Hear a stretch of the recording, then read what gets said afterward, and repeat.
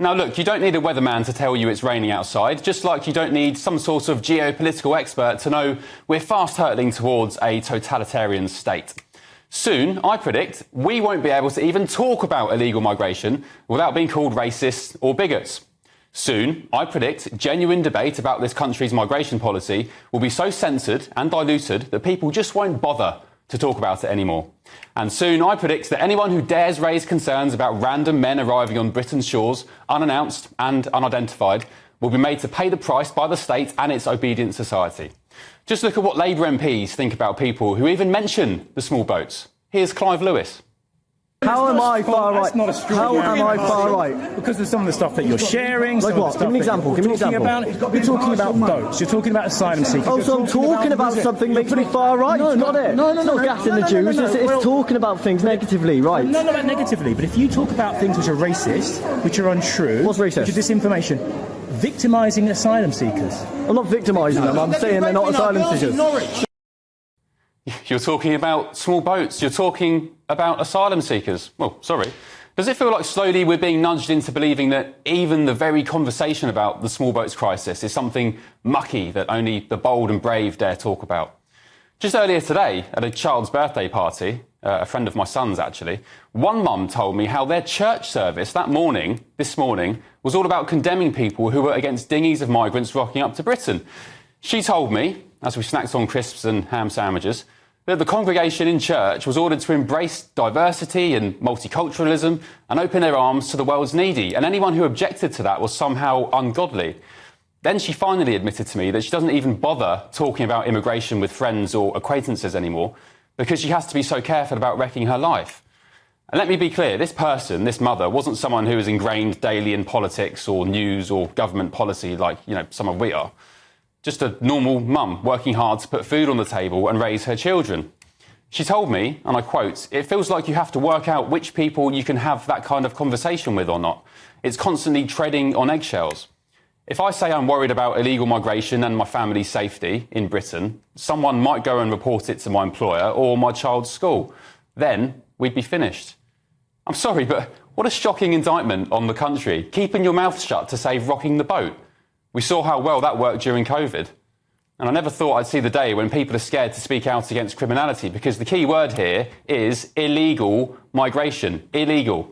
Perhaps that's why our very own Prime Minister is now calling it irregular migration.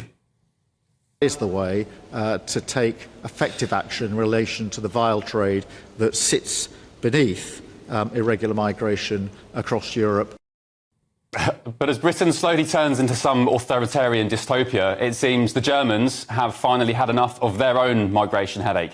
Because tonight, Alternative for Germany, the party, is on track to become the first right-wing party to win a regional election for the first time since the Second World War.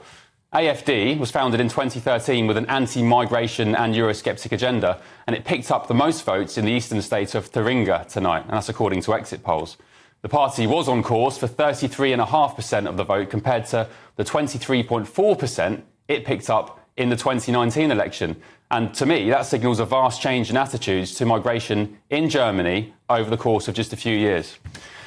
So, good luck, Britain. We need it. But let's get the thoughts of my panel now. Political commentator Chloe Dobbs, former LBC political editor Theo Usherwood, and former Labour special advisor Paul Richards. Good evening, panel. Hello. Good evening. Happy Sunday. We've made it through another week.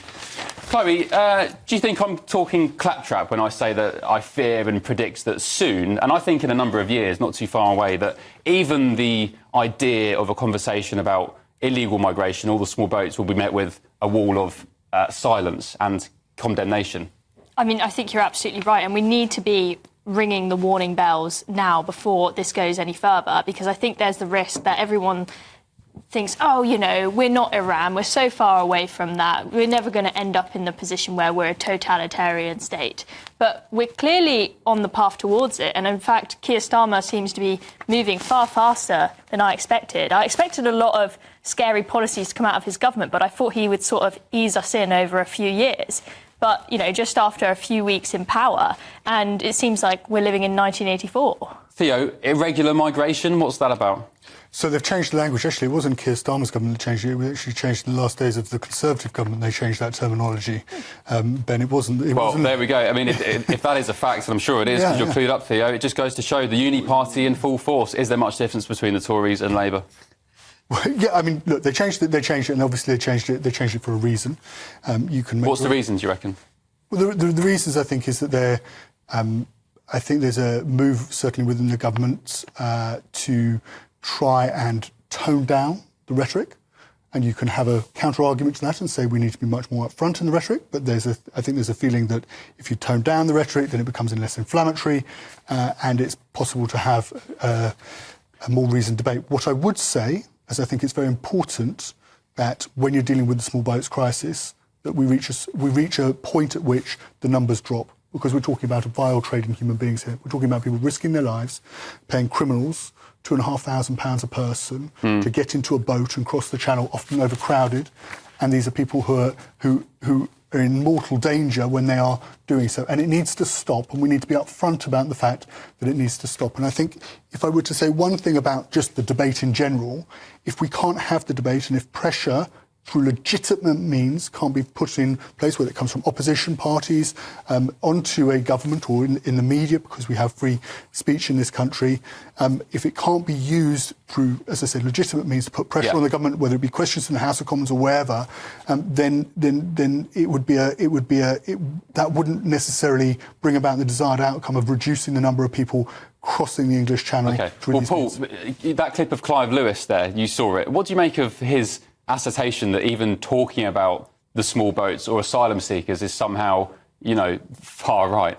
Well, we do have free speech in this country, and we're endlessly debating these issues. We've been debating immigration and asylum for decades.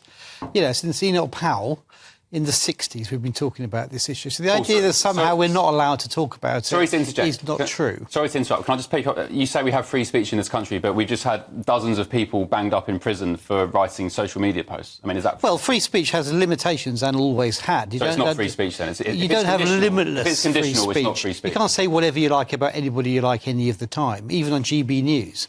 We have libel laws. We have laws that say you can't walk into a crowded theatre and shout fire. There are limitations to our free speech, but we can debate an issue like immigration, as we have done all of my life, freely. But I think the only limitation that there should be is if you explicitly incite violence, right? Whereas we're seeing people being banged up, put behind bars because they've expressed an opinion, maybe very controversial, it's maybe not an opinion, it's spreading hate and spreading lies, and that should be against the law as well. That's not free speech. That's not opinions. If you want to say something hateful, that's not very nice. We've just had a summer of rioting caused by people telling lies on social media. And social media should not be immune from this. It's not an invisibility cloak. That's looking very short term. The reason behind the riots is because you've got so many people who feel like they have not been listened to in this country. They've tried to express... I think what I remember, and I remember speaking to Lord Warney, who was doing an interview with him. He's the independent advisor on political extremism and violence. And what he was saying, which I thought was very interesting, was that you had pockets where groups on the far right were using private messaging services, social media to spread misinformation, to get gatherings in and pockets of demonstrations, if you want to call those, in areas, and then people from the area were latching onto it and going to those.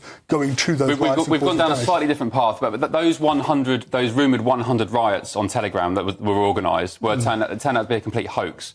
So I'm talking about before. I'm talking about before that. I take your point on that. I'm not disputing your point, Ben, for one moment on that. What I'm saying is before, in the lead up to that, because of course that Wednesday evening, when they didn't transpire, was actually when the violence ceased, and actually then we had a period of time. Let me ask you about this conversation I had with this mum at my kid's birthday party today. So we're all there, the bouncy castle's out, we're eating, jam roly-polies and party rings or whatever. And she said to me, she said, I've been to church this morning, and the clergy was talking about how we should welcome small boat migrants with open arms. It's ungodly not to question why they're coming or whether there's too many of them. And then she said, to be honest, Ben, quite frankly, and she's just a normal person. She doesn't watch the news every day. She doesn't know anything about governments, really, or policy or news channels. And she said, I just feel like I can't have that conversation anymore. And that, to me, is quite chilling, actually, that people are afraid to even speak up now and raise legitimate concerns about things happening to our country without being cancelled. She shouldn't be surprised to get the sort of love thy neighbour message from a Christian church on a Sunday morning. I mean, that's less surprising than perhaps you should think. But that is the basic essence of Christianity. I don't think it's very godly encouraging people to come on packed dinghies and cross the busiest shipping lane in the world. That doesn't sound very No, but a lot of the Christian charities are the ones who are providing the support services for the people when they've arrived as refugees. But the bigger question was, not being able to debate this with her friends and neighbours. I would just wonder what that mum wants to say out loud that she thinks that she can't. And if it's something that would be so outrageous, maybe she wants to have a little word with herself about why that would be. No, she wanted to say, her point was, as I said, she doesn't know too much about the situation of the small boats and the government policy and why it's happening. She simply wanted to raise concerns that there's undocumented, unknown people come into this country who throw their mobile phones into the water, throw their passports. We don't know who they are or where they're from. Surely, normal people are allowed to say, hang on a minute, something a bit fishy's going on over there. What's going on? We were debating it. We debated it through the election campaign. It was one of Labour's central pledges, all about stopping the boats. This was all... You say that, Paul, but I've just showed you a clip of Clive Lewis saying, you're talking about small boats, and then another clip of Starmer now calling it irregular migration, as if, changing the language is going to somehow... Well, I think Theo's point is a good one, which you do need to take the heat out of this debate, and words do matter in this regard. So I think we do need to have a rational, calm debate about immigration policy and refugee and asylum policy. Just very quickly, look, if Clive Lewis, you were to invite Clive Lewis onto this programme and you sit down with him, Ben, and say, I want to do an interview. I'd love it. Clive, please come on. The invitation is there. And if he turns around and you're going through, you're talking about the winter fuel allowance, you're talking about Labour policies on left, whatever it might be, and you said, right, Clive, I'd like now to talk about immigration. He said, no, we're not going to do that. Or I think, Ben, actually, no, we're just not going to have this debate the way you want me to have it, the way you want to have it. Then I think there'll be a problem. He's been confronted with a camera phone outside a hall, I think, in his constituency. Yeah. And if you go through, look, I don't want to turn this into a sort of personal thing, but when you look at the individual involved, who this individual was, I think Clive Lewis didn't. He spoke about the issue of small boats, but I think he was making a broader point in there, and he can speak for himself about the individual who was confronting. Yeah, it was this group called Students Against Tyranny. They seem to be connected to Turning Point UK, and they do all sorts of stuff. But okay, it was a stunt, wasn't it? Let's face it. It wasn't just a genuine bit of discourse between two citizens. It was a stunt to get hits on social media. Let's face it. Yeah. Okay. Well, I think MPs should still be, held to account in public. I mean, I've done plenty of doorsteps in my time, and I think it's a good thing for the public to hold MPs to account, no doubt.